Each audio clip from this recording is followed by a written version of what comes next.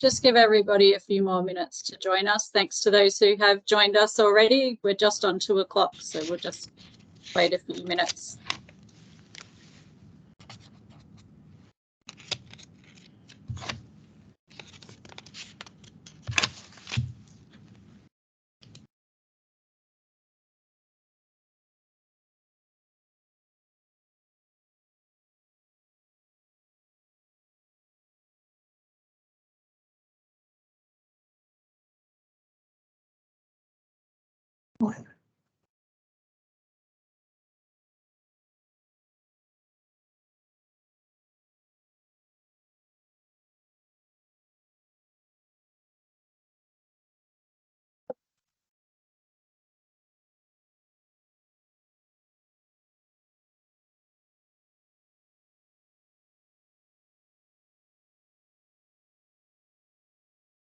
Thank you to those who are joining us. We'll just give everybody just a couple of more minutes, and then we'll get started.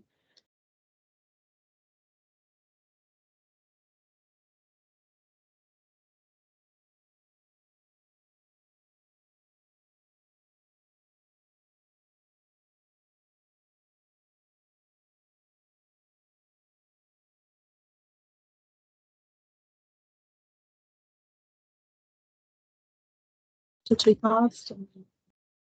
It's Carol.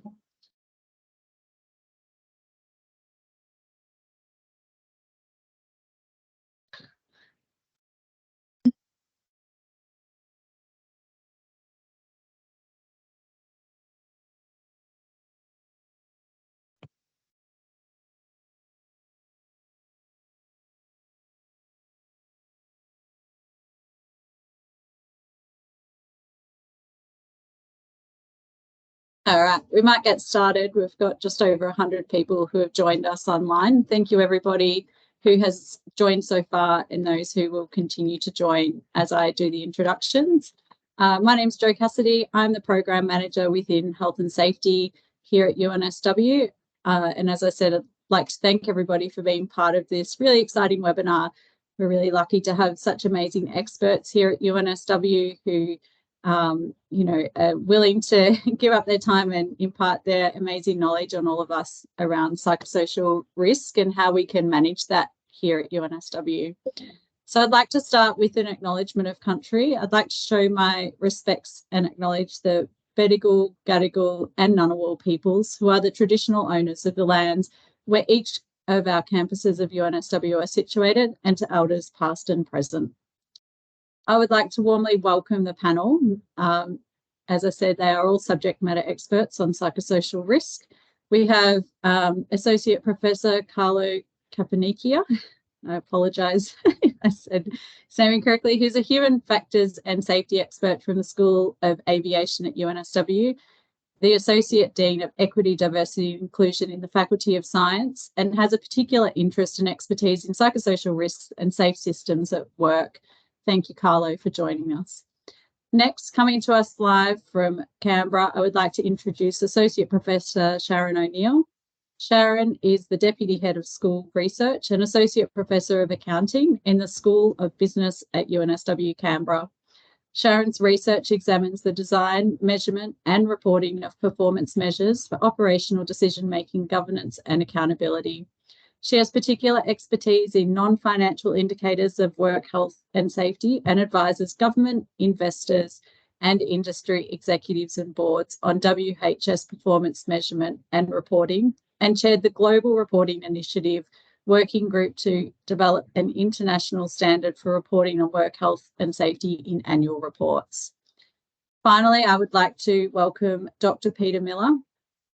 Peta has over 30 years' experience across the public and private sectors in work health and safety and workers' compensation. She has worked as a senior manager of policy and research teams developing major national initiatives as a consulting ergonomist, researcher and academic. Peta is passionate about working collaboratively to improve the work health and safety of all Australians and using evidence to inform the development of robust national policy and practice. I would like to extend a warm welcome and thank you to Sharron, Peta and Carlo for taking time out of their busy schedules to talk to us all about psychosocial risk. I'm going to hand over now to Sharron to get us started. Okay, thanks, Jo, and thanks everyone for joining us today. I'll start out just by saying when we think about psychosocial risk, this is something that's been part of the primary duties of health and safety forever, but it's really come to the forefront in the last probably decade or so, and we've certainly seen an increase in psychosocial risk claims and incidents around 30% over COVID. If we look at the higher education sector in particular, we have seen that 30% increase in 2020.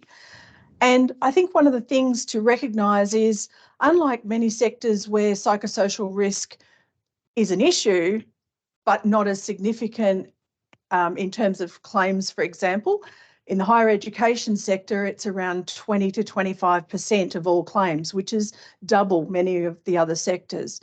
And also we see with higher education claim costs, the median cost, and of course I'm an accountant, this is my background in business and accounting, so I'm going to look at the numbers.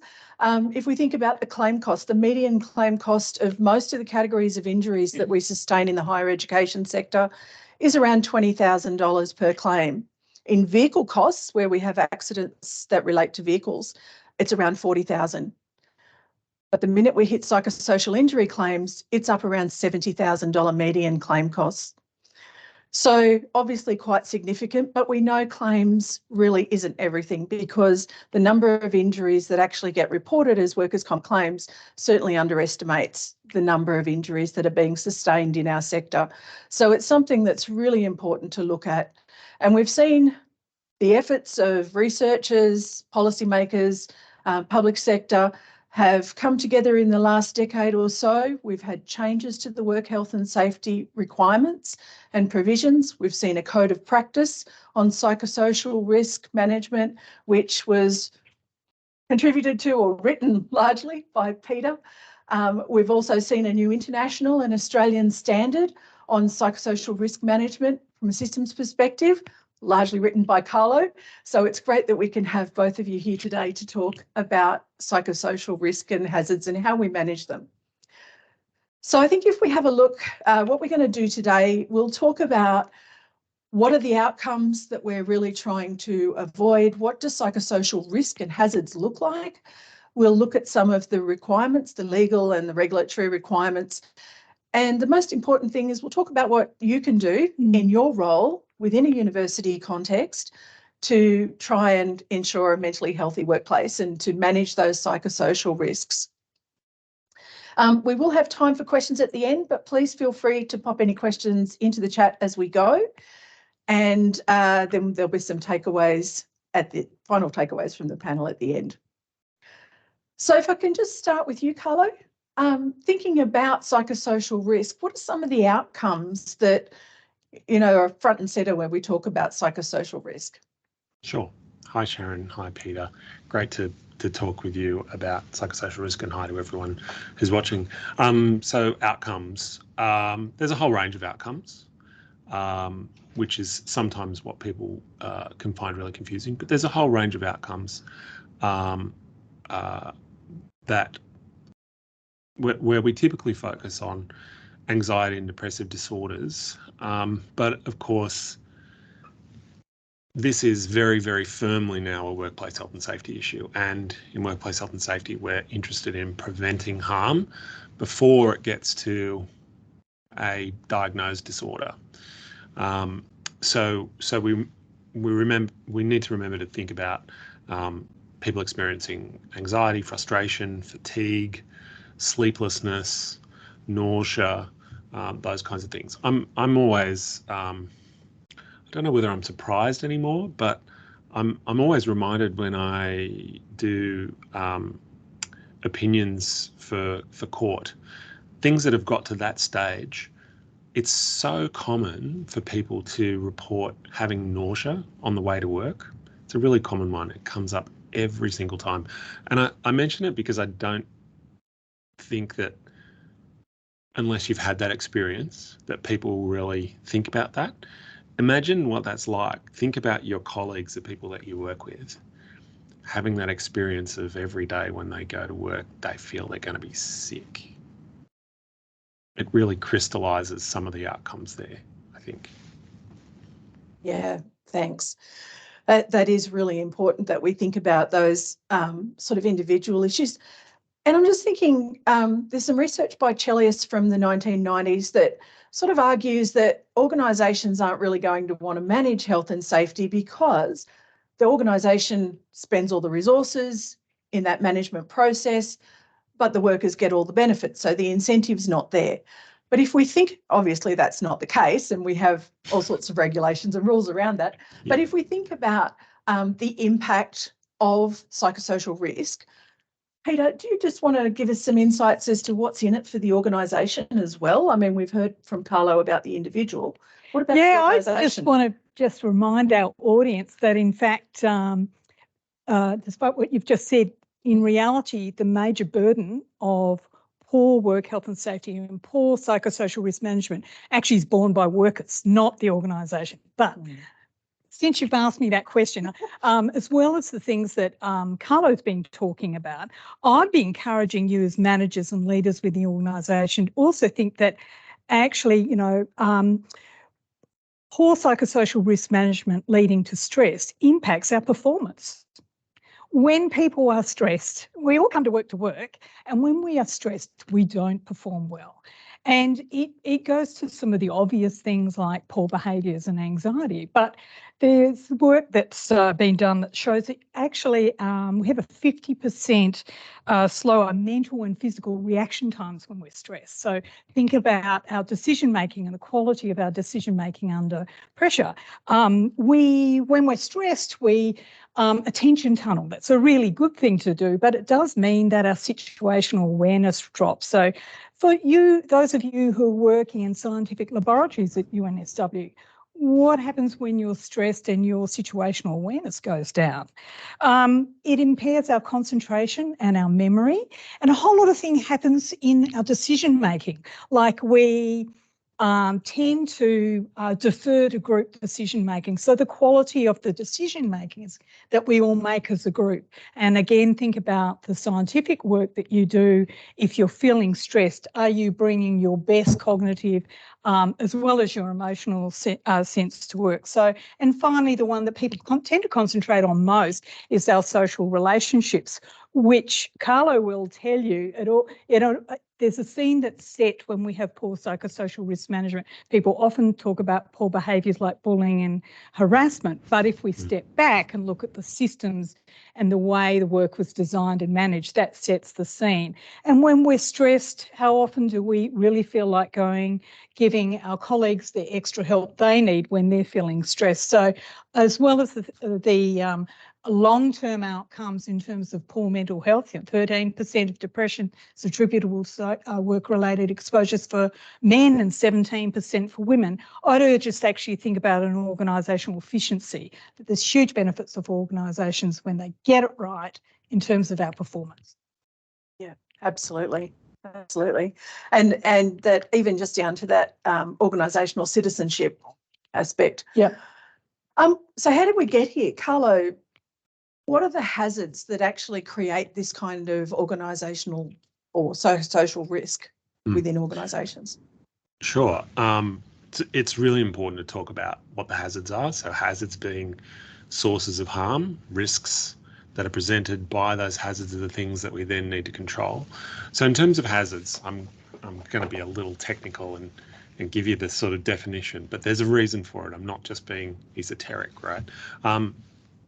Essentially, psych hazards are anything in the design and management of work, including the organisational conditions, how the work is managed, what the work is, the job content, what the tasks are, and the environmental conditions that have the potential for psychological and physical harm. There's a couple of important bits there. The harm is not just psychological, there's psychological and physical harm. We've been talking about those outcomes. That's really important. We don't need to go down a dualistic kind of road, right? Things that are psychological are, of course, physical as well, but we tend to use those terms in workplaces to distinguish between different types of harm. But the other reason that the definition is important is because it actually tells us everything that we need to know about what we need to do.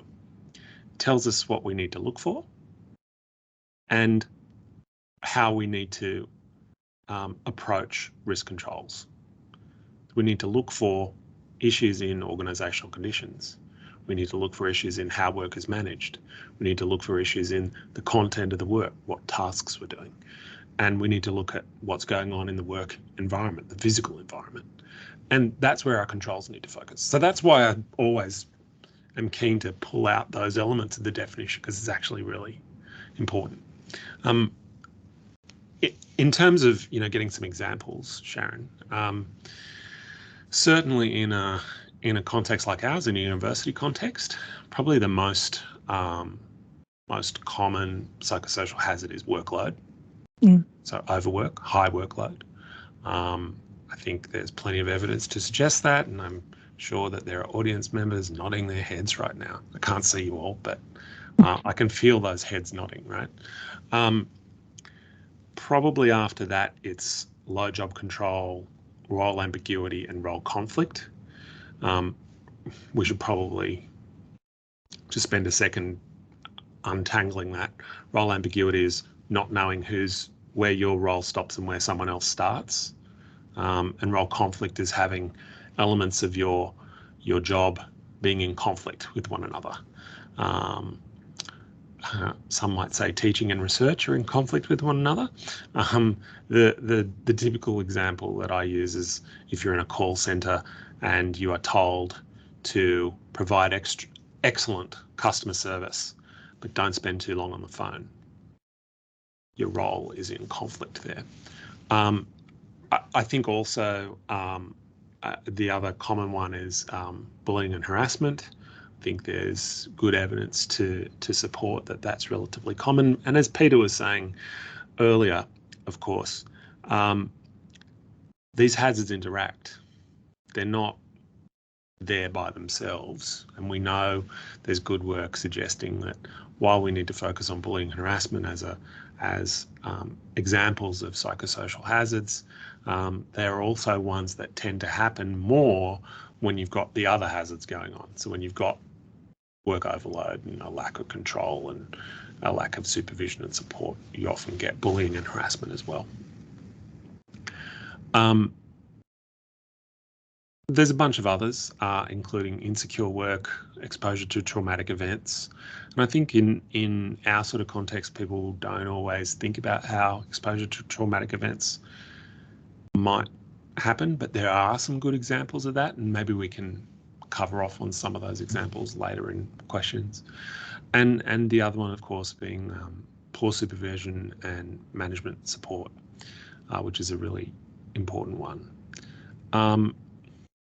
Carlo, can I just throw another one in?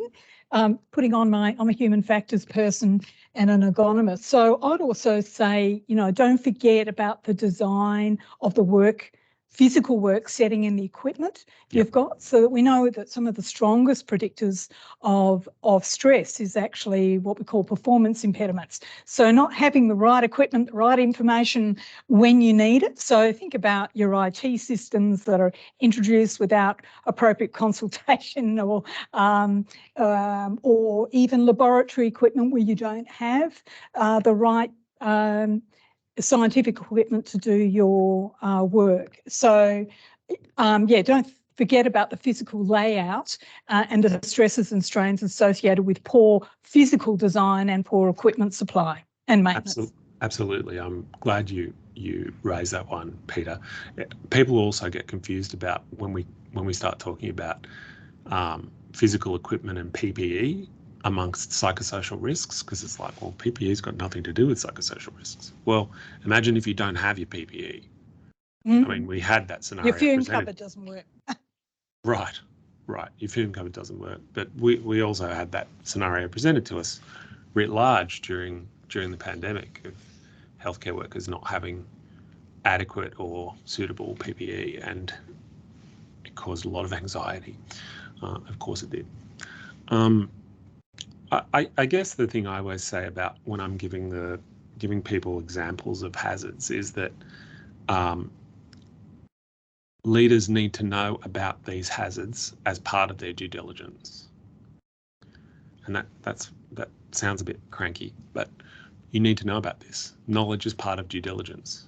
So if you're uncomfortable with these hazards, if you don't feel you know about them very well, that's maybe identifying a place for some development, because you need to be able to know about these hazards to the same extent as you would be able to talk about chemical spills or noise exposure or silica or, well, the most common one that most people in our environment are used to dealing with is hazardous manual tasks leading to musculoskeletal disorders.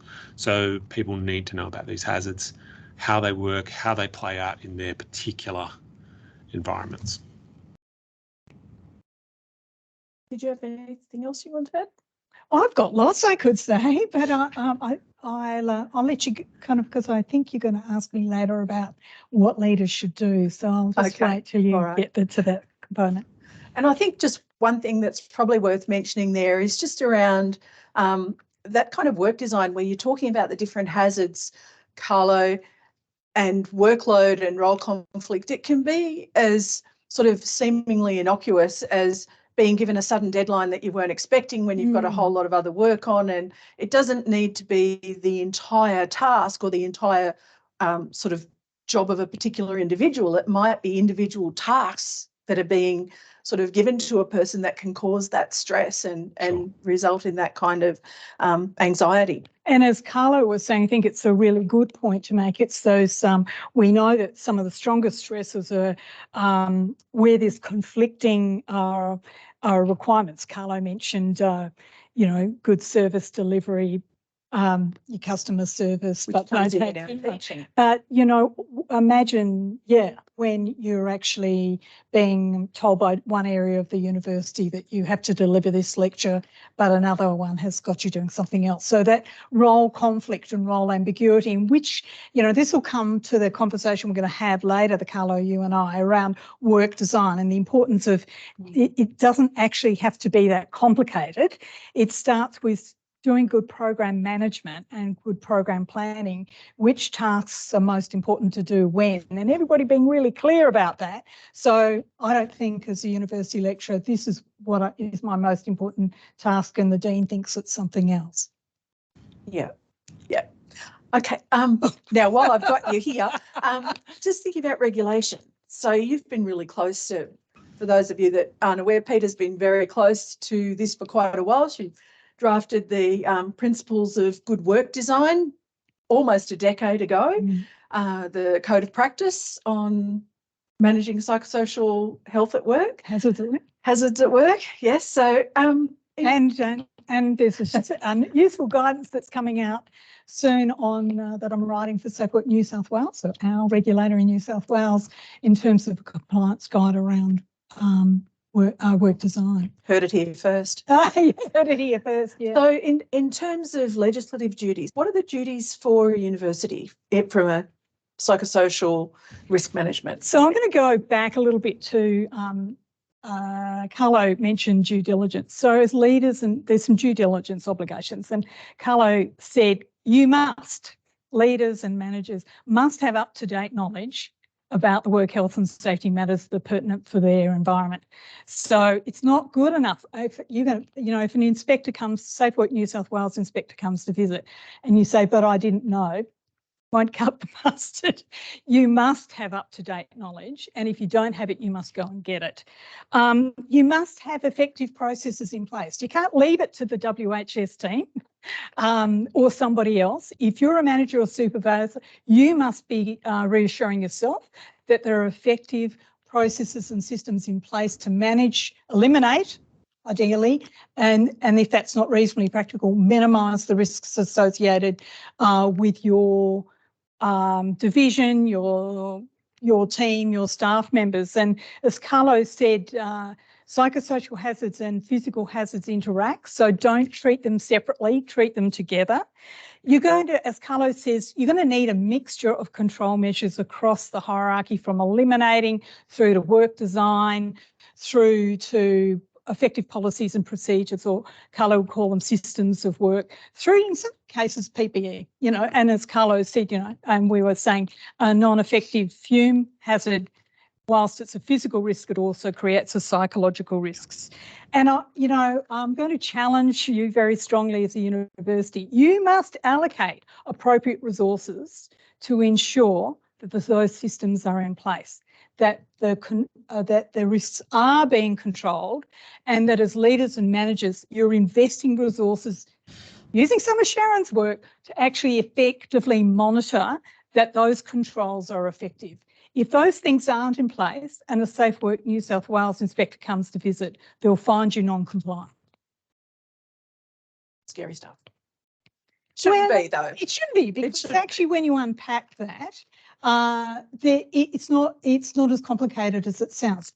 Know who's being exposed to what, when and how. Know your people, know your hazards. Know what controls you've already got in place. Do they work? Talk to your workers. Do it better. Your university staff know what the hazards are, believe me.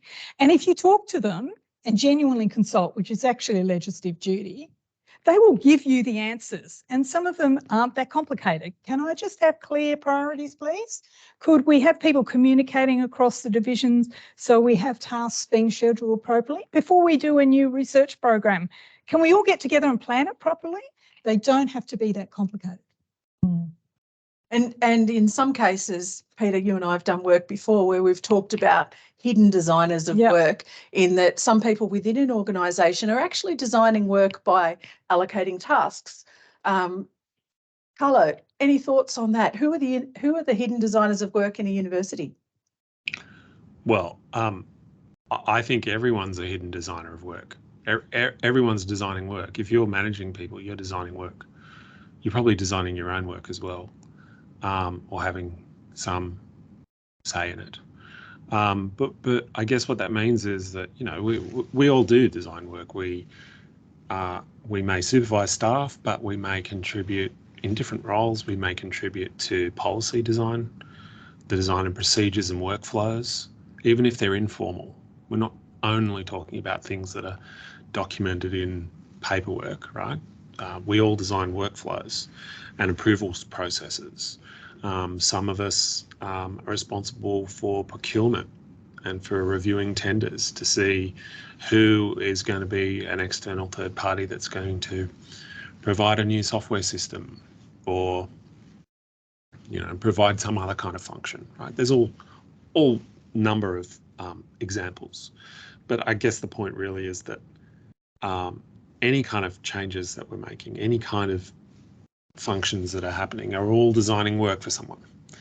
And it's really about making that process conscious, so that we're thinking about, you know, what's going on there. It's a bit of a challenge, I guess, and a bit of a thought experiment that we could all do to think about, you know, with that last task that I did I think about how that was designed, how that could have been impacting psychosocial risks, positively or negatively? Because remember, it can impact psychosocial risks positively. It might have benefited, it might have buffered against psychosocial risks. It's a little thought experiment we could do. I wonder how that might go for people. I don't want to call out any particular roles, but I think I'm kind of saying everyone. But putting a challenge out there to say, well, in that project that you're in that project team that you're part of, where did you embed thinking about the impact on some of the hazards that we've been talking about today?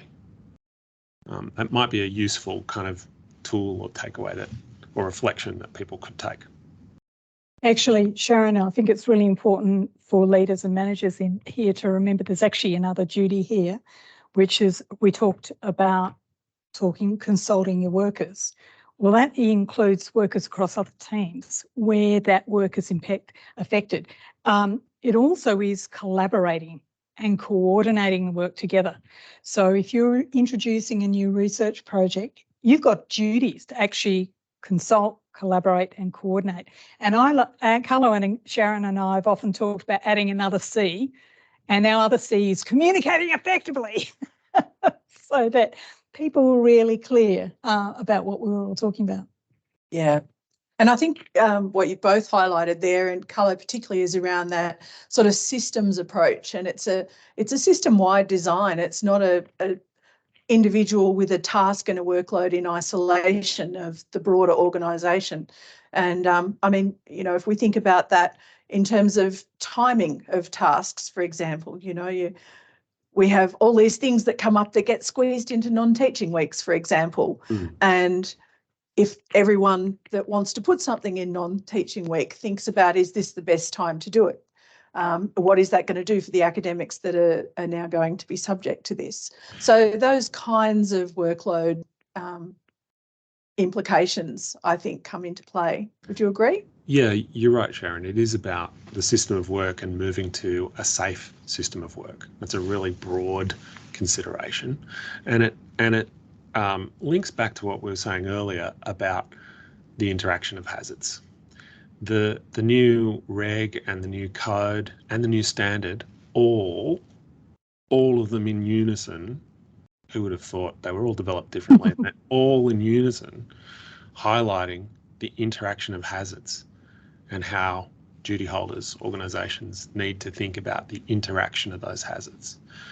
It's pushing us towards a more systems view, away from thinking about one hazard on one line of a risk matrix, towards thinking about whole scenarios and how a whole set of hazards could play out in a particular work system. And that work system you could think of at an enterprise level, or you could think of at a local level, but they ultimately all affect one another. Carlo, I think that's a really important point. I work with regulators across Australia, and can I emphasise really strongly, every regulator that I'm working with is thinking about systems thinking and work design, and expecting that duty holders will do root cause analysis, that will be thinking about the things that have led to, and they will also be looking for evidence that you've thought about hazards, how hazards interact together. And I'm going to just remind each other that, you know, if you address the psychosocial hazards, not only will you reduce the likelihood of errors and burnout and anxiety and depression and post-traumatic stress, you're also going to reduce the likelihood of musculoskeletal disorders, which, as we know, is one of the most common sources of harm in universities, burns because people make mistakes. So there's huge benefits for an organisation when they step back. Carlo and Sharron and I and others call psychosocial hazards the supernumerary hazards, because they impact every aspect of work that you do at the university. Yep. And coming back to what you were just saying about what, if I can flick back to the inspectors and thinking about those duties to manage, what would an inspector expect to see when they, you know, say Safe Work, do a snap inspection and come and visit your site? In terms of the responsibilities on leaders and managers, who you were talking about earlier, but also responsibilities on supervisors and PhD supervisors, heads of school, deans. The obligations are obviously a little bit different for them than for, say, the Vice-Chancellor, but what does that look like? So I'm just going to go to the last bit first, because it's the obligations relate to your capacity, your ability to control things. So, you know, Carlo was saying, talking about supervisors, and well, obviously they can control things very directly with their students or their tutors or their, you know, the staff they're directly supervising. Back up the chain, it's some of what I've already mentioned, is that an inspector will expect that the duty holders will have effective processes and systems in place. They'll know what the hazards are. They know who's at risk, why, when and how, and that what controls are in place and are they effective. In terms of, you know, the closer you get to managing individual staff, the nature of your responsibilities change, but it also means that you can do more. So, for example, you used to be my boss at one point, and because we had a professional relationship, you were able to talk to me about my work and say, have you got too much, too little? What do I need to do to support you, Peter, practically and professionally? So the level of responsibility is different, but every staff member can actually change the design of the work and the management of the work and the effectiveness of their supervision relative to their area of control.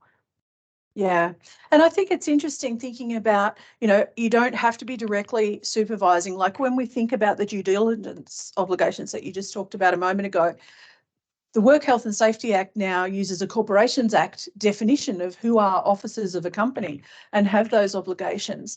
And one of the interesting things about that is it includes financial officers. This is where I got really interested in this as an accountant. Financial executives now have obligations in terms of the design of work because they're resourcing it with financial resources. So they're obviously having a big input on, the resources that are allocated for work to be done.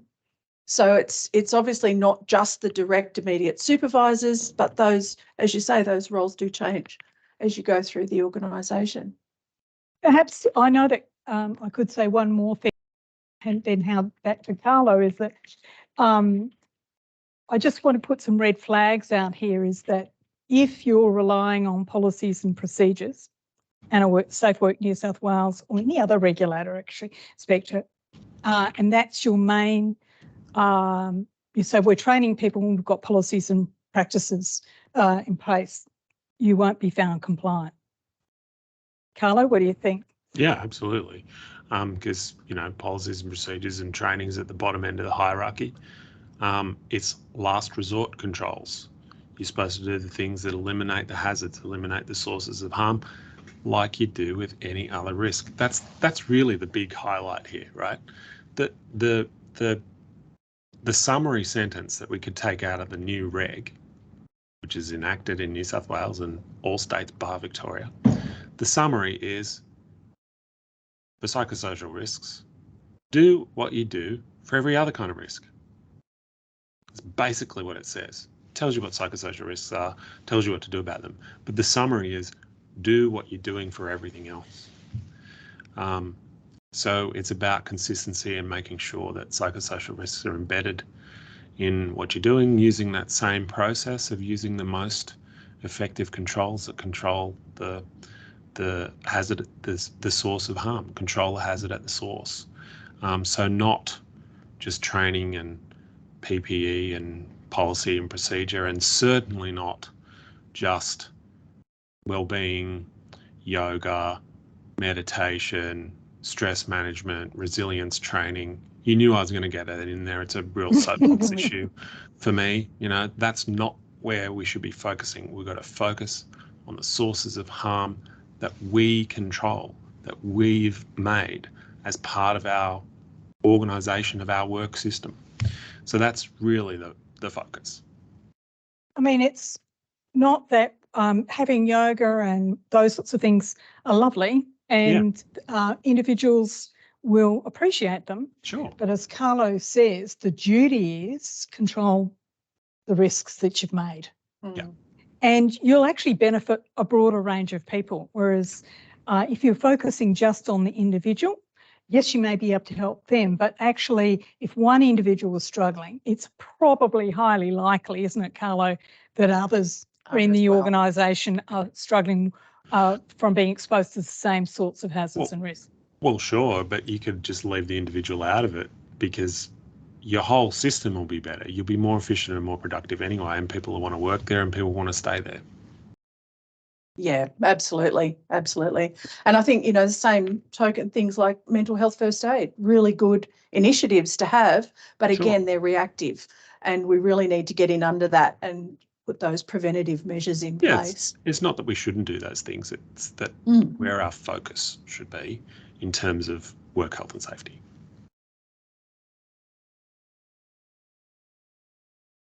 Okay. Was there one point that you want to make before we open up for questions? We've got a minute and a half. No, I think we should go to questions, Sharon. I'm fine to. Okay. Joe, any questions for us? Yes, we do have a couple of questions. I have one to start. Sorry, we're just sorting out our tech. So when you say what are the ways that we could, when you're talking about exposure to traumatic events before, Carlo, when you talk about that, what are the ways that we can better manage the exposure to traumatic events in terms of psychosocial risk? Sure. I think the way that you manage those depends on what the exposure is to and how it's happening. So it's hard to answer that without having full context of what the exposure might be to and how that might be happening. I guess I wanted to reflect on how, most people probably don't think that that's a real problem for us, but in some scenarios it certainly is. I mean, then people may be exposed to particular data through their data collection. They may be exposed to that through members of the public that they're working with, who may be, research participants or students, certainly. So there's a whole different range of ways of being exposed to that kind of material. Typically, most organisations manage that through a range of controls, including making sure they've got the right people for those kinds of roles, making sure they've got the right training, but training's at the end, remember. But thinking about task rotation, thinking about if there's ways of sharing that material across groups, and making sure that there's appropriate debrief procedures for people who are in roles where it's likely that they could be exposed to that kind of material. But people can come across that in a sort of unpredicted kind of way. If they come across an incident scenario, for example, it may not be something that they're regularly exposed to. That's great. Thanks, Carlo. Peter, I might throw the next question over to you. Somebody has asked, what happens when you ask for training on areas where you know you have gaps, but there is not relevant training available through UNSW, example, staff performance management? Interesting. So staff performance management is something that all supervisors will need to do. So in fact, staff need to be supported to do their jobs effectively, and managing people is one of those. So in fact, I would say that that's an obligation to provide training and support to supervisors to do performance management. But I'll even step back a bit, because one of the things that we know that is also one of the strongest predictors of complaints about bullying, harassment and stress is when there's not clear performance guidelines. So people don't have clear performance agreements. It's amazing. There's been good research done by Michelle Tucky from South Australia that shows, in fact, that there's large numbers of Australians who don't have up-to-date performance agreements. So I'm going to step back a bit and say, for your managers, are there up-to-date performance agreements in place? So university staff have clarity about what it is they're meant to do when, what good performance looks like. Does the supervisor have that? And then, yes, there's having difficult conversations, and that is one where training to be an effective communicator with empathy but fairness. So it also goes back to one of those systems issues that Carlo talks about, is having fair, transparent procedural justice where performance fails. And then I'm also going to say for the supervisor to check why the person is not performing. Perhaps it's actually around the design of the work, and that if we sorted that out, their stress would be less and their performance would be better. So it is one where the organisation needs to provide systems and support, but also training for the supervisors in order to support that. Carlo, have I got that right? No, I think that's... Sharron? I'll just jump in on that. I think there was two things there for me in that. One is the university not having that kind of training available. I think one thing we need to remember is we have a lot of expertise in the university. I know here in the School of Business at UNSW Canberra, we've got education, adult education, the micro-learning micro-credentialing courses and things that deal with performance management. We've got a lot of that kind of training going on. I'm sure there's the same in Kensington as well. So I think one of the things that's important is perhaps to tap into some of the expertise that's available within the university. And the second thing is just around the performance agreements and position descriptions. It's really important to have those position descriptions. I also think it's important to recognise that the position description sort of outlines what tasks will be required as part of the job, but it doesn't lay out the when and the where those happen and, you know, the order and the workload issues. Yeah. So that comes back to needing that additional communication around the timing of those sort of things as well. Great. Thank you. So we have another question about how might one assess if workload is a burden across a team doing the same role? Could you repeat that question? Yeah, how might one assess if workload is a burden across a team doing the same role? So if everybody has the same role, you know, and they're still, how do you assess workload burden? You know, I guess it's a scenario where you have a team of people and some people there might be role overload, some people there might be role underload. How do you kind of assess to that if workload is a burden? That's a tricky one. I think what I'd be wanting to do is review the kinds of skill complement that I had on that team to see how those skills might be differentially. It sounds like we're assuming there's some people are saying the workload's high and some are saying, yeah, the workload's fine. So I'd be looking at what the skill base is there, and I think it sort of goes beyond assessment though, right? I'd be looking at what the skill base is and then seeing if there might be ways informally of redesigning the work, again, because that's what we always do, redesigning the work so that maybe some of the people with different skills can help one another, mentor one another, achieve some professional development for some of the team. Remembering professional development can be a great risk control for one of the risks, which is a lack of career development.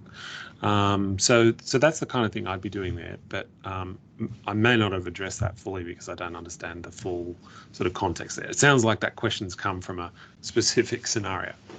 I wonder, Peter, if you could I respond to that? Yes, workload please. Is in the university setting is, you know, one of the critical risks is that I'd be going back to the team and getting some more contextual information about what's going on. Is it particular tasks, the challenge? So understanding more what's going, is it marking, you know, student marking, or is it research design? So what elements are there too much of or too little of? As Carlo says, when people are perceiving that workload is too high, one of the things you can do is to bolster support. So you can bolster resources. So you can, the demands will remain the same, but you can increase people's coping with high by bolstering support. So you can bolster practical support like information and the right equipment, but also emotional support. But you can also increase the resources, maybe giving people who are struggling a little more time to complete tasks while they build their competency, as Carlo said, some mentoring. So it's a bit tricky because it's all context dependent. But the issue is that workload is there's objectively too many tasks and too much to do in too little time. And if everybody's complaining about that, you've got a serious problem. But there may be individual differences where people are saying, yeah, my skill means that, you know, I'm struggling to do it with the same efficiency as, say, Carlo or Sharron should. So what could you do as a manager to actually bolster me and my coping? That's great. This leads into our next question. So workload is a major hazard. How do we take action once we have exhausted the non-financial strategies? Well, I think that some of the strategies there are similar to what we've just been talking about. The non-financial strategies, of course, When I talk to organisations, I say, you know, you're not going to get to employ new people, right? If you're working in the health system, you're not just going to get a whole bunch of new nurses tomorrow, right? So that's not necessarily something that you can do. But I think it's about looking at workflows as well. How do the tasks break down, and how do they get performed over time, similar to the things that Peter's just been talking about. And I think that also emphasises how you've got to look beyond the team and how that workflow may affect other teams as well, and how it may affect those workloads. Work redesign is about small but meaningful changes, right? And so sometimes that can mean giving someone some new elements of their role, giving several people new elements of their role that account for that different workflow based on the skills that they have. I think also there's a challenge to think about, as I was saying earlier, think about with any new process, system, policy, software, interface, whatever it is, whenever it gets implemented, what is the workload implication? Including... Carlo, can I throw something in too? Is that one of the things that what we find when we actually look at the root causes for psychosocial hazards is poor project management and planning, and overestimation of the resources. For example, if we think about workload planning for, say, a research project, are we building in annual leave? Are we building in sick leave? Are we realistically allocating the number of resources and the skills we've got to that project, or are we being highly optimistic about our delivery timetable? So in the compliance guide that's coming your way on work design from Safe Work New South Wales, we're really strongly emphasising the important in terms of workload management, good project planning up front. We know that just like building a building, good project management done early means that you can design work to be far more efficient. Doing it after you've reached a crisis point and people are struggling with excessive student loads or whatever, or a research project that's running late, it's really difficult to catch up. I think the other thing there too, just when you were talking about drivers, is really understanding what's driving some of those hazards and risk, where they're really coming from. And I'm just mindful, I spent a few weeks in a hospital observing what was going on in terms of there was an issue with workplace violence in a hospital. And while I was observing the work that was being done, there was 4 incidents of workplace violence that I witnessed. 2 of them were physical and 2 of them were verbal. All of them came down to catering. They were all disputes over the quality of food that was being provided to patients. And I think I was watching them they were talking about things like putting screens up and separating people from violent visitors and patients. And really, if they'd addressed the root cause, which was the problems with the catering, they wouldn't have had those issues. So I think coming back to thinking about what's actually driving that is really important. So understanding the context, which comes back to what Peter and Carlo were both saying about communication and consultation and talking to your teams. So before you begin a project, I'd really strongly urge you all to take the time to actually unpack and plan and say why something might be happening. We talk about a 5 whys process of going, well, why did that happen? So that violence, but well, why was the catering poor? Well, why was the catering poor? Because, whatever. So there's some simple techniques you can use that don't have to be highly complicated, but just to encourage everybody in the team to get together and plan that project and say why something that you don't want to happen might happen, and try and take it back to a root cause to see what the design solutions are. Can I add a little quick example there as well, in relation to workload? When you're in that design and planning phase, maybe you can think about saying things like, we're not going to have a system that requires people to watch 12 training videos and click 6 websites to find this information.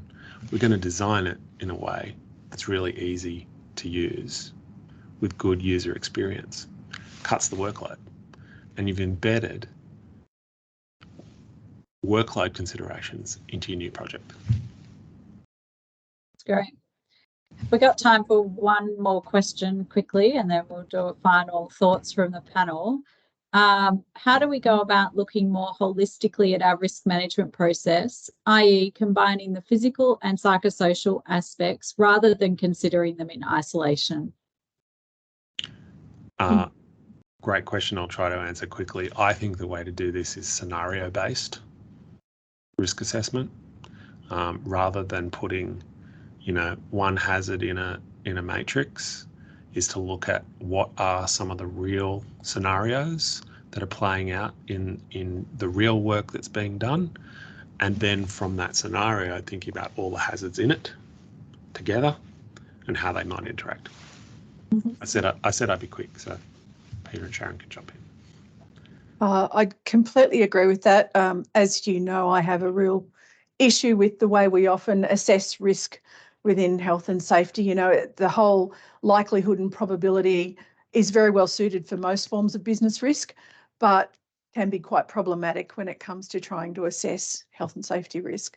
So I think particularly because they do interact, but also because people aren't necessarily so good at estimating the likelihood of particular things. And if we look at some of the examples of classic disasters that have happened in organisations, in nearly every case, the risk was known, the hazard was understood, but the likelihood was underestimated, and it wasn't addressed in the way that it should have been. So I'm just going to do a plug here, is that I urge you, when you're doing your risk assessment and you're planning for your new tasks, your new projects, is that you look both at those rare, low frequency but catastrophic incidents that might happen, whether they're psychosocial or, an explosion in a laboratory, as well as the highly frequent but lower potentially consequence issues that are coming up. What we find in health and safety is people tend to only put most of their attention on the high frequency but lower severity, whereas in fact, as you would have said in some of your publications you wrote for Safe Work Australia, you've actually got to do both. So put your thinking hats on and think about the catastrophic event that might never happen, but you need to think about, as well as those high frequency but lower consequence events.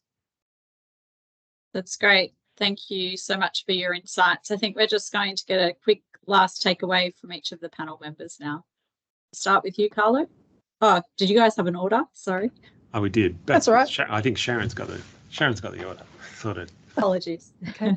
I think a takeaway for me would be thinking about the concept. We have a concept in safety called work as imagined versus work as done, where those that are designing work often imagine what people do, and they imagine how, tasks are being undertaken or workloads are being managed, which can be quite different to the way it's actually operating in practice on the ground. And it comes back to what's being mentioned earlier about consultation and about really understanding the work as done. And I think that's probably something just to keep in mind, that don't always assume that you know how work is being done. We need to actually ask the questions. Peter. Oh, me. Okay. So, well, sort of following on from that is that I'd say that remember that stress isn't about weakness. Everybody will break eventually if the work is poorly designed and managed and supervised. But there are huge opportunities for UNSW to step back, understand those root causes, understand the work as real versus imagined, and design in solutions early in projects rather than trying to fix it after the problem has occurred. Carlo. My sort of takeaway is remembering that managing psychosocial risk is a core part of management. It's not an add-on. It's part of safety, always has been. but is very firmly there now, and we've got to manage it like we manage any other risk. And, you know, to be positive, remember that work design, while it can control psychosocial risk, it's the key risk control for psychosocial risk. It does double duty and can give us so many more benefits in terms of efficient, more productive work where people are more satisfied and more committed.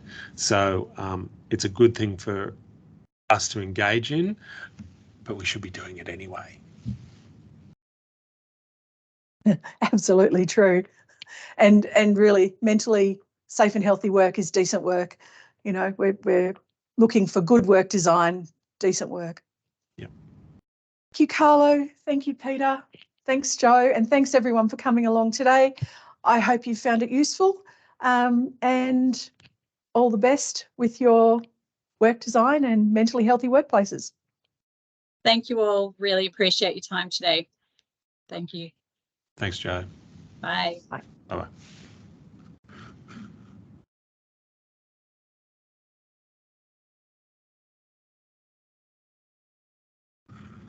Okay.